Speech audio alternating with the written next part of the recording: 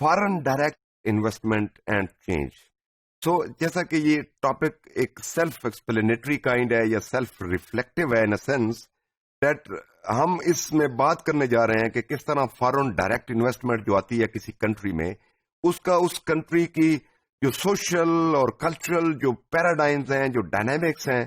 جو establish pattern ہے، ان کے اوپر یہ جو ڈائریکٹ انویسٹمنٹ ہے جو فارن آتی ہے وہ کس طرح اثر انداز ہوتی ہے، اور جو سوشل سیٹنگ میں جو امپیکٹ ہوتا ہے، جو تبدیلیاں آتی ہیں، وہ کس طرح اس کا ریلیشن شپ ہے ایف ڈی آئی سے. سب سے پہلے بات کرتے ہیں F D I, foreign direct investment basically ہے کیا. تو یہ ایک انویسٹمنٹ ہوتی ہے میڈ بائی اے فرم اور individual in one country into business interest located in another country. یعنی جب ہم فارن انویسٹمنٹ کی بات کریں تو اس کا مطلب اس طرح کا کوئی انٹرپرائز، اس طرح کا کوئی کاروبار، کوئی انویسٹمنٹ جو ایک کنٹری میں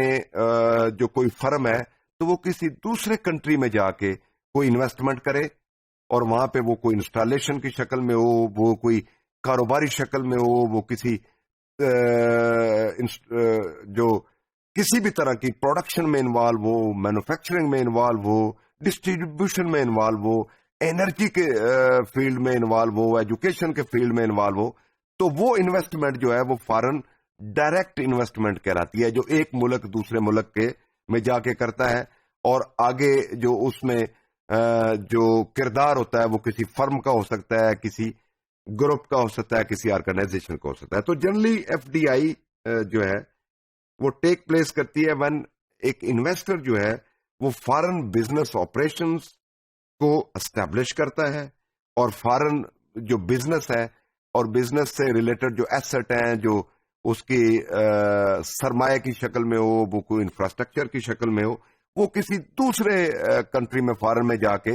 ایک کمپنی کی صورت میں وہاں پہ وہ رجسٹر کرواتا ہے، اس کے آپریشن شروع کرتا ہے. وہ سارا جو ہے وہ ایف ڈی آئی میں آتا ہے. اب ہم بات کرتے ہیں کہ ٹائپ جو اس کی ہیں فارن وہ کیا ہے ایف ڈی آئیز کی. So F D Is commonly categorised as being horizontal, vertical and conglomerate. اب ہاریزانٹل اور ورٹیکل سے مراد یہ ہے کہ بہت سی آرگنائزیشن ہیں وہ بہت سے لیول پہ سرفیس پہ کام کرتی ہیں، بہت ساری ان ڈیپتھ کام کرتی ہیں. یعنی وہ بہت ساری فرموں کو ملا کے جب ہم کرتے ہیں، بہت ساری فرم مل کے ایک فرم ایک کمپنی اسٹیبلش کرتی ہے. بعض اوقات اس طرح ہوتا ہے کہ ایک ملک کی بے شمار جو فرم ہے وہ مل کے جوائنٹ کرتی ہیں. بعض اوقات بہت سارے ملکوں کی فرم مل کے ایک جوائنٹ وینچر کرتی ہیں اور وہ جوائنٹ وینچر کر کے کسی دوسرے ملک میں جا کے ڈائریکٹلی انویسٹمنٹ کرتی ہیں. وہ ایک جوائنٹ کہہ لیں اس کو، یا کنگلومیریٹ کا لفظ استعمال ہوتا ہے، وہ ہوتی ہیں ڈفرنٹ جس میں فرم انوالو ہوتی ہیں. تو ہاریزانٹل ڈائریکٹ انویسٹمنٹ ریفر کرتی ہے جس میں the investor establishing the same time of business operation in a foreign country as it operates in home country. مثال کے طور پہ ایک سیل فون ہے، یونائٹیڈ اسٹیٹس میں ایک سیل فون کمپنی ہے، تو وہ چائنا میں بھی وہی سیل فون اگر جا کے کرے گی تو وہ سرفیس انویسٹمنٹ میں آئے گا. ایک آٹو موبائل کی کمپنی اگر جرمن کی پاکستان میں آ کے کوئی اپنا جو مرسڈیز کا کوئی کارخانہ لگا لے، یہاں پہ انویسٹمنٹ کر دے تو وہ ہاریزنٹل کہلائے گی. دوسری ورٹیکل ہے، اس میں ڈفرنٹ ہوتی ہیں لیکن ریلیٹڈ بزنس ایکٹیویٹیز ہوتی ہیں. انویسٹر کے main business established require in a foreign country, اور جب مینوفیکچرنگ انٹرسٹ ہوتا ہے تو وہ سپلائی کرتی ہے را مٹیریل، را پارٹس جو بھی اس کمپنی کا. یعنی اس میں دوسری طرح کی جو ہے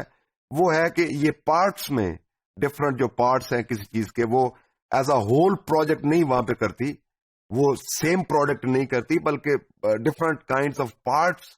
میں جب وہ کام کرتی ہے. وہ مینوفیکچرنگ خاص طور پہ اس کی مثال ہے. تو وہ را مٹیریل پرووائڈ کرنے کا جو ہے وہ کنگرابلی ریٹ کی بات کریں اس طرح کی انویسٹمنٹ، تو اس میں فارن انویسٹمنٹ ایز بزنس وہ ہوم کنٹری سے ان ریلیٹڈ ہوتا ہے ایگزسٹنگ بزنس. تو this type of business involves entering an industry which the investor has no previous experience, اس کا نہیں ہوتا، اور اس میں ایک جوائنٹ وینچر کی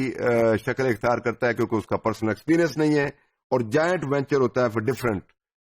لوگوں کے درمیان، ڈفرینٹ گروپس کے درمیان، ڈفرینٹ فرمز کے درمیان جو جا کے فارن ڈائریکٹ انویسٹمنٹ کرتی ہیں. اب ہم بات کرتے ہیں کہ اس کا چینج کے ساتھ کس طرح تعلق ہے، کہ جب فارن ڈائریکٹ انویسٹمنٹ آتی ہے تو سوشل چینج. اگر ہم چائنا کی اگزامپل لیں تو چائنا نے بہت سارے جو سی پیک کی شکل میں بہت ساری انویسٹمنٹ مختلف سوشل سیکٹرز میں کی ہے. مثال کے طور پہ اگر ہم گلگت بلتستان کی سکردو کی روڈ کی بات کر لیں تو وہاں پہ بھی جو مقامی آبادی ہے اس میں بے شمار آپ کو کلچرل اور سوشل لیول پہ آپ کو چینج نظر آئے گی. ایون اس کے جو ریسٹورانٹ ہیں جو اس سڑک کے اوپر گلگت روڈ پہ بنائے گئے ہیں اس میں بھی بے شمار آپ کو جو چائنیز کمپنی کا آنا جانا، وہاں پہ کلچرل ٹریڈس آپس میں ملتے ہیں، لوگوں کا انٹریکشن بڑھتا ہے اور پھر اس انٹریکشن کے نتیجے میں ایک سوشل اور کلچرل پیٹرن میں تبدیلی آتی ہے. اس کے ساتھ دوسری چیز ہے وہ ہے پولیٹیکل چینج. ظاہر ہے جب فارن ڈائریکٹ انویسٹمنٹ آئے گی اس کے پیچھے جو بہت بڑے بڑے، جس کو آپ ٹائکون کہہ لیں، بزنس ٹائکون جو جوائنٹ وینچر کو اون کرتے ہیں، اس کے مالکان جو ہیں وہ پھر وہاں پہ پولیٹیکل گورنمنٹ کے ساتھ بھی ان کے روابط ہوتے ہیں اور خاص طور پہ وہ پرائم منسٹر لیول پہ، پریزیڈنٹ لیول پہ وہ آپریٹ کرتے ہیں جہاں پہ ان کی انویسٹمنٹ ہوتی ہے. اور اس کی جو مثالیں آپ کو اکراس دا ورلڈ مل سکتی ہیں، لیکن جو کلاسیکل اگزامپل ہے وہ آپ کو امریکن جو سابق پریزیڈنٹ بش اور جونیئر بش اور سینئر بش کی مثال ہے کہ ان کے بہت سارے انٹرسٹ تھے یونوکول کے ساتھ، اور اس کے اندر وہ آئل کا بہت بڑا ایک جوائنٹ تھا. اور افغانستان میں جب آپریشن ہوا 9/11 کے بعد اس میں وہ آئل ریلیٹڈ جو معاملات ہیں وہ انتہائی اہم تھے. تو اس وقت پھر جو اونر آف دا فرم ہوتے ہیں وہ گورنمنٹ کے ساتھ روابط میں، ان کو سپورٹ کرنے میں، حکومتیں گرانے میں، بنانے میں ان کا انتہائی اہم کردار ہوتا ہے. پھر اس کے ساتھ اس کا انڈسٹریل کا بڑا اہم رول ہے کہ جب فارن ڈائریکٹ انویسٹمنٹ آتی ہے وہ ظاہر مینوفیکچرنگ ہو، وہ ڈسٹریبیوشن ہو، گڈس کی ہو، پروڈکٹس کی ہو، سروسز کی ہو، وہ اوور آل اس کا جو انڈسٹریل کلچر ہے اور انڈسٹریل جو فیبرک ہوتا ہے اس کے اندر انتہائی اہم تبدیلیاں لاتی ہے. ہو سکتا ہے کہ وہ انڈسٹریل ہب کی شکل میں